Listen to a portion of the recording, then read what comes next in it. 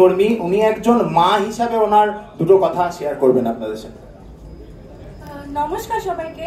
আমি ভাবলাম একজন সাধারণ মানুষ, মেয়ে এবং মা হিসেবে কিছু কথা বলি। আজ অনেক বিশিষ্ট মানুষেরা, ডাক্তারবাবুরা বললেন এই আন্দোলন নাকি সফল। আমার না মনে হচ্ছে না, কারণ ওনাদের অনেক দাবি পূরণ হয়েছে, ওনাদের সিকিউরিটি নিয়ে ওনারা সরকারকে নাড়িয়ে দিতে পেরেছেন, কিন্তু আমরা সাধারণ মানুষরা কেন নেমেছিলাম পথে? অবশ্যই অভয়ার বিচার চেয়ে। তার জন্য আপাতত আমরা সিবিআই, সুপ্রিম কোর্ট সবার উপর একটু আস্থা রাখছি, কিন্তু তার থেকেও বড় কারণ আমার জন্য ছিল একটা সুন্দর ভবিষ্যতের স্বপ্ন দেখে, যে একটা সমাজ পাল্টাবে।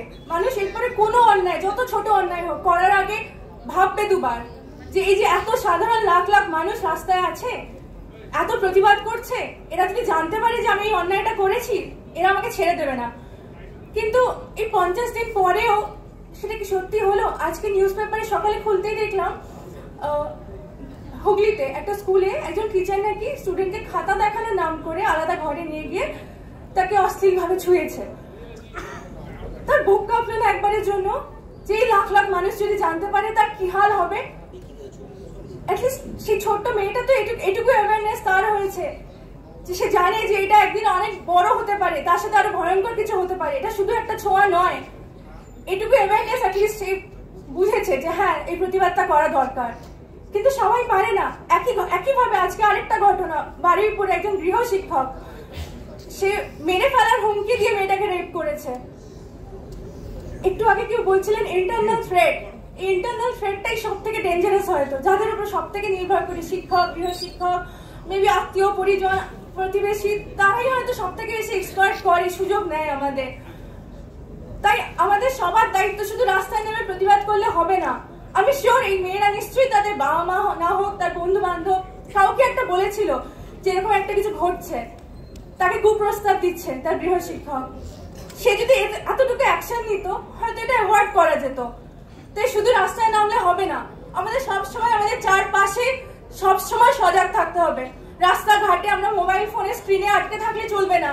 আমরা যখন বাসে যাচ্ছি, হয়তো আমরা আরাম করে বসে আছি, কিন্তু হয়তো খেয়াল করলাম কোনো একজন অল্প বয়সী মেয়ে বা মধ্যবয়স্ক বা প্রৌঢ়া, কারণ অপরাধী যারা হয় না তারা কিছু মানে না, বয়স মানে না, 80 বছরও রেপ হচ্ছে।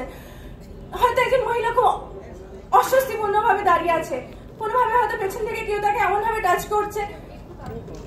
হ্যাঁ, হয়তো সেই সময় আমরা যদি প্রতিবাদ করি, দেখবেন আরো 10 জন আপনার সাথে এগিয়ে এসছে। কারণ যারা এই কাজগুলো করে না, তারা খুব ভীতু হয়, আর তারা দিনের পর দিন এই ছোটখাটো অন্যায়গুলো করতে করতে এত সাহস পেয়ে যায়, তো ভাবে আমি তো করছি, রোজ করতে পারি, কি হয়। কিন্তু আপনারা যদি এগিয়ে আসেন না, দেখবেন এই আন্দোলন ওইভাবেই সফল হবে। যেদিন আমরা ছোট ছোট এই অন্যায়গুলোকে প্রতিবাদ করতে পারবো, তবেই এই আন্দোলন সফল হবে। যখন প্রতিদিন রাতে বাড়ি ফিরি, এই রাত দখল, মশাল কর্মসূচি, মানববন্ধন, দিনের পর দিন রাত্রে মেয়েকে হয়তো ঘুম পাড়াতে পারি না, সে কাঁদে রোজ রাতে, কিন্তু যা করছি ভাবি আমি তো তার জন্যই করছি, তার ভবিষ্যতের জন্য। তাকে একটা সুন্দর ভবিষ্যৎ দিতে চাই বলেই আমরা নেমেছি আজ পথে।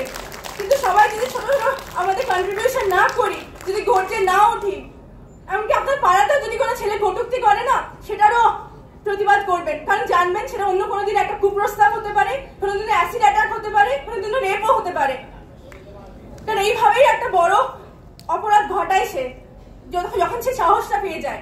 তাই আমার একটাই আর্জি, আমাদের আশেপাশে প্রতিনিয়ত ঘটে চলা সব অন্যায়ের প্রতিবাদ করুন, যত ছোটই হোক, তবেই এই আন্দোলন সফল হবে। নমস্কার।